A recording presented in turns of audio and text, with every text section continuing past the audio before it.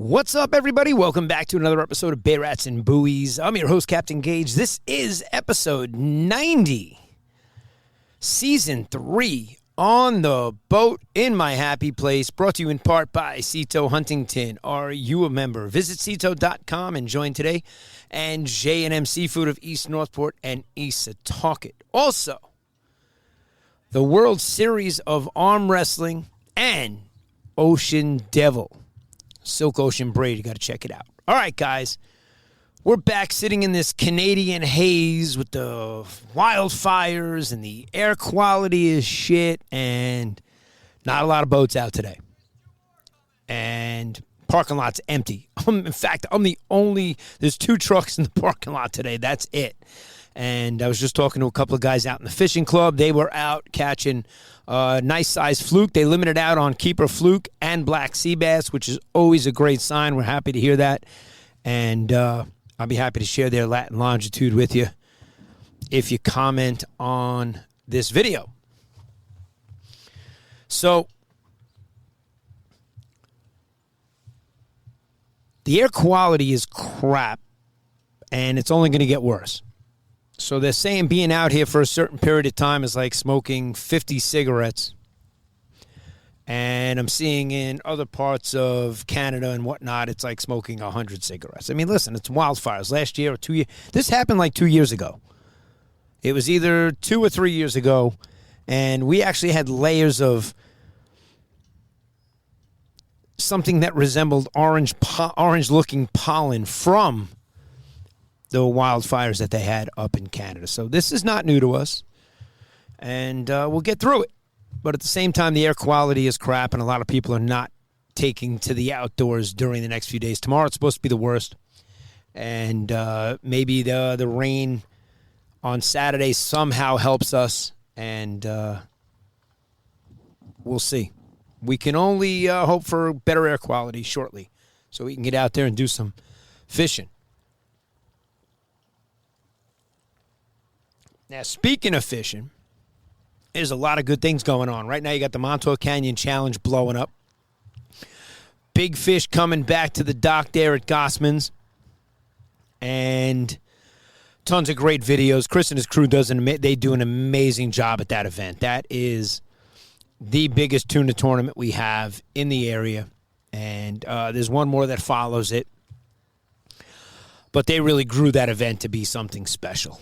And you got to check it out at MontaukCanyonChallenge.com. And they're also posting a ton of social media. So you see all the fish coming over. You see the boats coming back at the weigh-ins. And I'm waiting to get the nod. It was a weather issue. And we did a few fire drills of, hey, we're going to go out. Do we leave tomorrow at midnight? Really waiting on the weather. So that's what you hear from the captain of the boat. And they're picking their windows to go out. So bag is packed and I'm ready for the phone call, you know. And so whether we do the Montauk Canyon Challenge in the next day or two, it ends this weekend. And if not, we will be in the tri-state. So that's not up to me. That's up to the captain of the Viking that we're going on.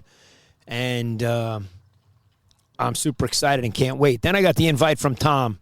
Tuna Tom hit me up and he said, I'll let you know this weekend or next weekend when he's getting out, when he's going out for the tuna.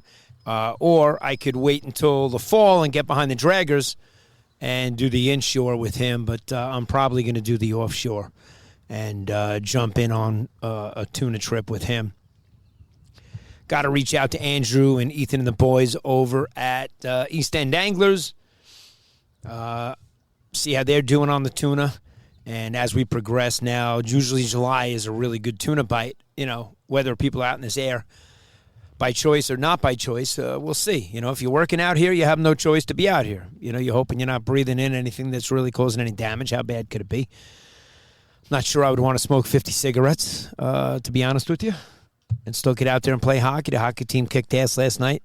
I can't tell you how many goals we scored because the other team would think I'm picking on them. But it was double digits, and we actually had to stop scoring. So when that happens, it's It's fun and it's not fun. That sucks when you beat a team that bad that, you really just pass it around and you're not playing your full game of hockey, and it happens. And that's what happens in the men's league.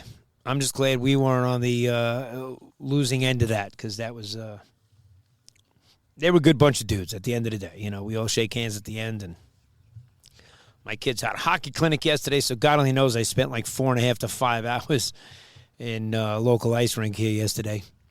And I can't complain. Listen, when it's hot out, but you come out, we came out, and my kids are like, why is it orange? It was just like orange over the whole park. And when you came out of the rink, and it was just obvious something was wrong, so you knew the fires were coming our way from Canada. So that's been the talk locally of, I'm assuming that's why the harbor is dead today. There's not a lot of boats out. Because this wind is perfect wind direction, perfect wind speed, low visibility. Low, just a perfect day to be out. Really is. I don't know if the fish know that, but Mike and the boys got on some keeper fluke and some black sea bass. So we'll keep you abreast of stuff like that as it happens. It's always nice to hear. Me and Corey have not done any bottom fishing yet. We've been on the bass. And, you really got to get out there for the right tide for the bass. So a lot of times we pick the outgoing tide. You either want to get out there at the top of, early in the morning at the top of the tide and hope that you're going to see some topwater action and that it's not blowing 10, 12 out of the west with that incoming tide. Because then you have wind against tide, and the reef out there is just white caps. It's just nasty in there.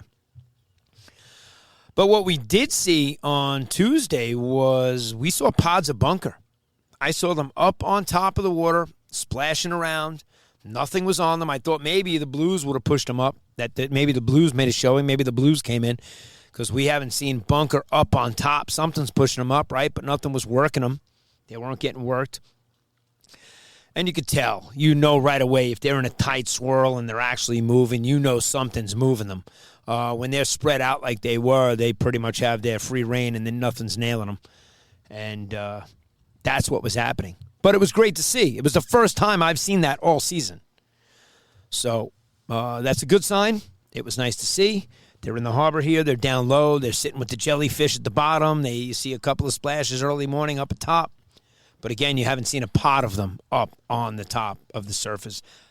I haven't seen any here in the marina, where I was just talking to somebody that was on my boat. They got on some really nice bass on some live heel.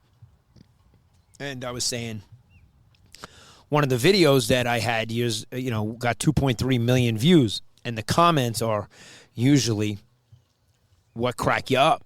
And the comments that people make, about the clicker being on a reel and, all kinds of stuff. Yeah, and he wanted to answer somebody back in a comment that he saw one of his buddies who's kind of new to the sport getting, into it online. And he's just like, why is he getting into it?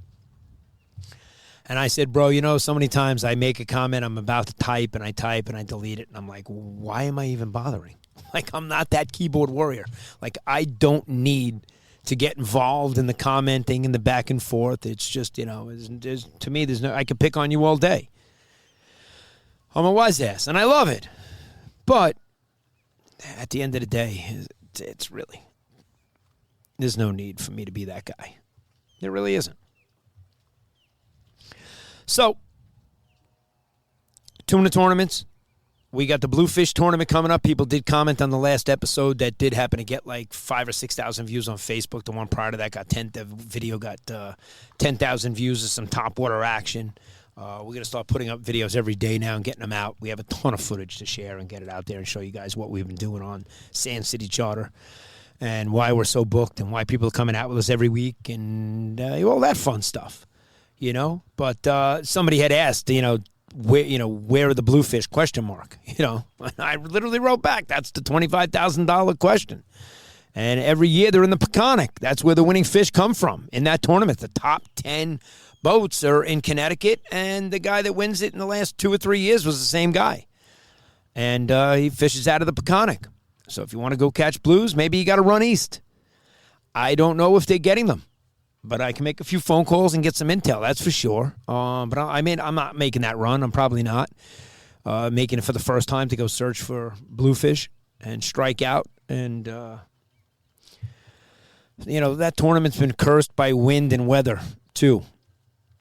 Just I guess that's all tournaments, They're not having the greatest offshore weather this week for the Montauk Canyon Challenge. Yet boats coming back to the dock and showing off their prize fish. They're landing some big fish. And it's great to see. So guys are willing to get out there and get through the weather and still hook up, which is what you're supposed to do. That's why you enter a tournament, to get out there and compete. So sometimes you got to eat a little crow and take on some crappy weather. That's why they made foul weather gear. We say it all the time. So you got the tuna tournament happening right now. You got another one following up a week later. And then after that, you got the Wick tournament that's coming to town. And then you got the Oyster Bay Bluefish tournament as well. So you got a couple of those tournaments happening, however you want to get involved. Whether you want to sign up and get out there offshore at a block, or you want to stay locally and try to fish for a fish that we haven't seen yet this year. So we'll see how that goes. I was hoping when I saw those bunker out there that maybe we were going to hook up into a blue or two that day, It was a little rough out there. It did lay down, but as we were heading back in, we were out there for the incoming tide, and it really wasn't the greatest tide. We saw the shift in the tide. And when you're at the top of the flood and when you're at the top of the outgoing, it's, it is what it is. The wind direction didn't help us that morning on Tuesday. But seeing the bunker come to the top like that, that was the highlight, to seeing the bait up top. Other than that, we haven't seen that in my area. And if you have, maybe you have, I haven't. And I'm out there a lot. And that's it. Other than that, you're not going to see me catching any porgies anytime soon unless the kids are coming aboard. And we got to stick in the bay or stick to the shoreline and go get you some porgies. We always say, Corey and I always say, we love changing up when we finally get one adult and 5 kids on the boat, and they got to catch 200 fish, which we've had done on the boat with porgies. And we have to get a clicker. So once we start porgy fishing, we got to get a clicker for the competitions that go on the boat between brothers and sisters and cousins and friends, and everybody's counting how many fish they have, how many they've caught already. So it's kind of fun. It's fun to watch the kids get into it. It really is. So if you guys want to head over to sandcitycharter.com, you can fill out the form. Me and Corey will be happy to get you out there. We do make a lot of last-minute reservations with people where they'll call up, today and book a Sunday morning, or, call us up today and say, hey, could we get out tomorrow? And, sometimes that's available. Sometimes it can happen. And you might have to get out there early in the morning, avoid some of the heat, avoid some of the crowd. And usually we'll customize the tide that we want to fish with you so that we can optimize the bite that we're looking for. We're bringing live bait with us. We'll use live spot. We'll use eel. We'll use bunker. If you still want to get on the bass are still here. And that's a pretty good sign. Water temperature was like 72 out in the Sound. I'd have to turn it on here and tell you what it is. I didn't even turn the boat on. I just uncovered the console, turned the seats around, and sat down to do the podcast. Episode 90. I mean, we're 10 episodes, 10 weeks away from hitting 100. And we'll have to do something special. We got 10 weeks to build that up, so we'll do something special for the 100. I'm really excited that Greg Sharp, the owner of the World Series of Arm Wrestling, is heading our way. He'll be here in 2 weeks. With his daughter Megan, and very excited to get out there and fish with them. That's always a ton of fun. Greg is an absolute blast. And, he was on a podcast with us via Zoom, and that was back when I was in the studio in Kings Park during the wintertime. And now there's no reason to be in a studio. I'll be in the studio tomorrow. We got the podcast to do for the Bet Big Talk Loud guys. So I will be in the studio doing their podcast, but I couldn't miss the opportunity on a nice day like today to come down, sit on the boat. But I have no obligations to be back in the studio until the end of August. I think the first radio show that we produce for the football season will be August 29th for college football when that kicks off. I think they start advertising the week or so before, or the weekend before college football kicks off, or that could be the weekend that it kicks off, September or whatever. So I know August 29th we're back in the studio for radio show obligations, and I'm excited to take advantage of this time here on the boat. And I'm excited to fish with Greg and Megan. That'll be awesome. Looking forward to that as well. And next month, we're going to try to make the connection between Phil up at Goose Hummock and Daniel at Ocean Devil for the Silk Ocean braid that I will show you the video. I just took out with me the Hawk fishing rod for the first time, and we didn't see any topwater action to really throw into anything to hook up on it. But I got to tell you, I did throw a couple of casts with it just to test it out. It's got a Stratic 4000 on it, and I mean, it's just an awesome rod. It really is. So I cannot wait to hook into a fish and tell you how awesome the rod is. Corey christened his tuna rod with this. He's got a great tuna rod with a really cool reel.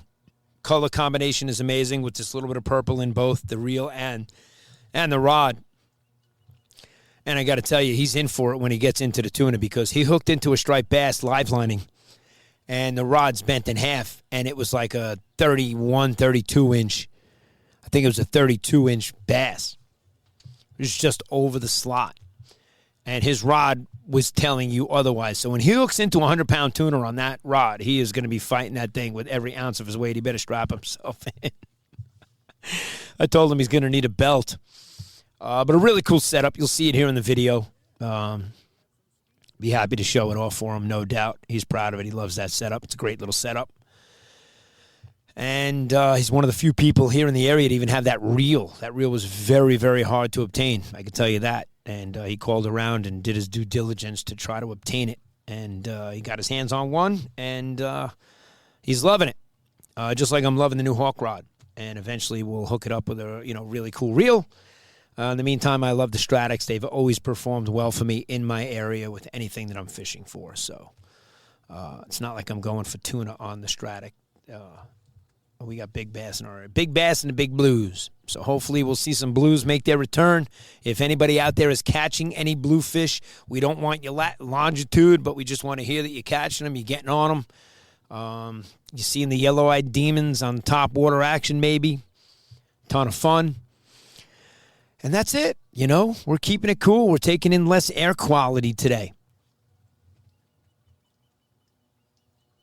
I told my son, because he came down here today with me.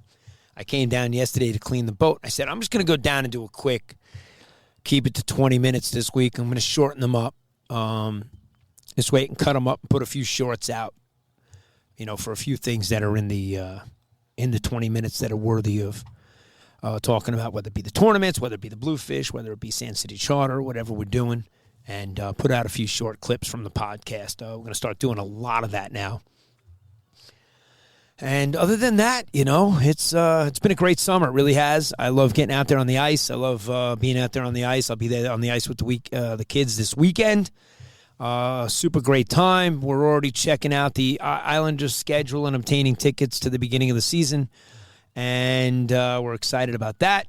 That kicks off in October for us. So before you know it, it's going to be the fall. So, that's what happens after July 4th. When I used to sell memberships for the Freedom Boat Club, people wouldn't sign up after July 4th. They would be hesitant. They're like, the season's almost over. And I'm like, oh, my God, you have no idea the season is so far from over. 4 months of fishing is still a lot of time, and we have a lot more than 4 months left. So, but for them, their season ends end of October. It doesn't go into November. I think October 30th is their last day of the club. So it shuts down the end of October for them. So that's what they look at. Kids going back to school at middle of August, and, they can't boat as much and whatnot. I get it. I'm not out catching tuna every day because I got to do stuff and, the stuff that I do with my kids. But we are going to make the exception. I did tell you this year we will be making the exception, and we will show you some tuna on this Hydra Sports, 100%. That's a goal of ours this year that we're checking off the bucket list. Boat's been doing good. We're maintaining. I was down here yesterday cleaning, fixing a few things. There's always something to fix on a boat. I had to install before I went out for charters this week. I had to put a new live well pump in. And it was popping the fuse, not the old one. The old one, the thing had come off the bottom. So when we pull it out, sometimes, you get some seaweed sucked in or pulled into it. And you open up the seacock, you close the seacock, you take the pump off, you open the seacock, you let a little bit of water in down there, let as much water as you want, test your bilge out. It's always good to run a hose down there and test your bilge, make sure it's working on the automatic mode. I do that often. And it's bone dry down there. It's clean. And I had to call Andrew. I said, Andrew, what are the chances you can come down after work today? Because I installed a new live well pump, same exact one that we had. And it's clipping, and I can't figure out why it's doing this. I ran water from this side down to that side, and from that side up to the pump, up to the well, and still having this issue. And all he had to do is trim the fins on the fan that spins around, the prop that spins on the pump. He trimmed those a little bit so it doesn't hit the inside of the housing for the pump. And maybe I got to put a smaller pump in. I don't know if that's going to change any of that. Anyway, it works. But it had to be rigged for it to work. And he came down, him and my guys in my fishing club came down and made it happen. And, those kind of connections are the connections you make down here in the marinas and locally in town and in the fishing clubs and at the fishing shows. And I tell everybody, I tell my son all the time, I'm like, it's not what you know, it's who you know. And those relationships are priceless. I have access to 4 Yamaha mechanics, okay? 2 of them, I'd have to say technically one of them is mobile. That if you needed some work done, I could easily put you in touch with a Yamaha mechanic that could come to you and fix your problem. Absolutely amazing. Reliable, responsible, great at what he does, hard to find in that industry. And Andrew coming down that evening after work, after being a Yamaha mechanic all day, to come down and help me out with that. I'm very grateful. And I always, I texted him and said, hey, greatly appreciated. You're the best. Thank you. And that's not easy to find. And not everybody has that. And everybody has boat problems. And they have their guy sometimes, and then they don't have their guy, So it comes down to, can you get help when you need it? And I understand, it's not easy. And waiting to get your boat fixed sucks. And when it's in the water, you got to pull it out. You got to bring it to the ramp. You got to put it on a trailer. You got to bring it home. You got to bring it to the mechanic. Sometimes they can't fix what needs to be fixed in the water. If it's a lower unit issue or whatnot. And in my case, we just put the new prop back on. We had the hub pressed. We had the prop refurbished. So we put that on 2 weeks ago. We did the live well pump. Little fixes here and there just to stay on top of stuff. And that's what you got to do when you own a boat. You got to stay on top of stuff. West Marine in our area closing down. So they're shutting down this store. Nothing you can do about it. You got to move on. We have Compass Rose, so we have Mike from Compass Rose. And we're blessed to have him because anything you need, Mike from Compass Rose can get it for you. And, there were times, I got to tell you, the guys in West Marine would tell you the same thing. Hey, we carry what we carry as a corporation. So you'd show them a picture of something and say, hey, we can't get that for you. So, but you can go over and see Mike at Compass Rose. He has access to everything. So why not just go to the guy that has access to everything? So everybody should be going to Compass Rose, and now you kind of have no choice, which is great. Good for Mike. And we've always recommended him. He's always been fair to us. He's always been good to us. And he happens to be a great guy. And we love him. So even more reason that I'm proud to tell you to go in and visit Mike at Compass Rose. Tell him you heard about us here at Bay Rats and Buoys. Don't ask him for a discount, though. Actually, he'll give you a discount. If you tell him you heard about him on the podcast, he'll hook you up. I know he will. That's who he is. And that's why we love him. So go check him out. If you need any parts for your boat, you head over to Compass Rose in Huntington. And he will get it for you. If he doesn't have it, he will get it for you the next day. And I've gone in there multiple times, and he's just handed me stuff and said, don't worry about it. It's a cotter pin. But you need to have a cotter pin for the nut in the back. And I like to use the Yamaha one, and we try to keep everything legit, keep it cool. I just redid the bolsters. I redid the cushions, the vinyl wrap, the fabric. I do that myself. And it's cheap to do. It's easy to do. As long as you have an air compressing stapler gun, you can get into the starboard and fix it all. If not, you can go pay the Spanish guys to do it in town. They're pretty expensive. 2 cushions were $800. So for me, it's a Hydra yacht, the Hydra Sports. We're good with. Everybody loves our bolsters. When they lean against them, they're like, "This is incredible. Thank God these are here," and we absolutely love them. So we're happy with the boat. Everything's going good. I hope you guys are going good. I hope your boats are running. I see Pat's out and running on his boat all the time now, taking the kids out fishing. John's down here all the time. Scott and his wife are down here. Flag's not moving today, Scott. That's why I didn't put my flag up on your boat. There was no need for that today. If it was windy, I would have done it for sure. And Big Joe's hanging out down in the marina now. He's coming down and filling the boat up with ice. So it's great to see some of the guys that I haven't seen down here in June. In April, May, and June, I didn't see them. And now it's July, and here's a new bunch of faces coming down to get on their boat. Chris is always going out. CT's always going out. And it's great to see. It really is. So I love where I am. I love the people in our harbor. I love the marina. I love our local docks that we get fuel from. Rich and Will and Shannon and Cameron and the whole gang over there. Absolutely awesome. We couldn't do it without those guys. They are very good at what they do. And I say that because I see the shit shows that go on over there with people trying to pull up to the fuel dock. It's only 50 feet away from me right now. So I get to cheat and look over there and say, "Hey, anybody there?" Nope. Take the boat out and go get gas. It's that easy. But I also get to watch the shit shows that go on from right here on my boat, which, I refuse to record those and post those out there to the public and let you guys watch what goes on. It's quite entertaining, though. It really is. I want to say the bigger the boat, the bigger the idiot. But that's not always the case. Some people actually know how to use their bow thrusters and stern thrusters and to use the technology, but not everybody does. I told you about the guy that went full throttle forward, full throttle reverse at the fuel dock, inches away from us. And we were just, and he blamed the throttle. He said the engine was cold, and I was just like, whew. Guys that were on my, I remember Corey Wilder was on the boat, and he was like, that was really going to be his excuse. That's what he was selling us, that his engine was cold, and that's why that happened. We know better. That wasn't the reason. The reason is you suck at boating. That's the reason. That's the God's honest truth, and I love saying it.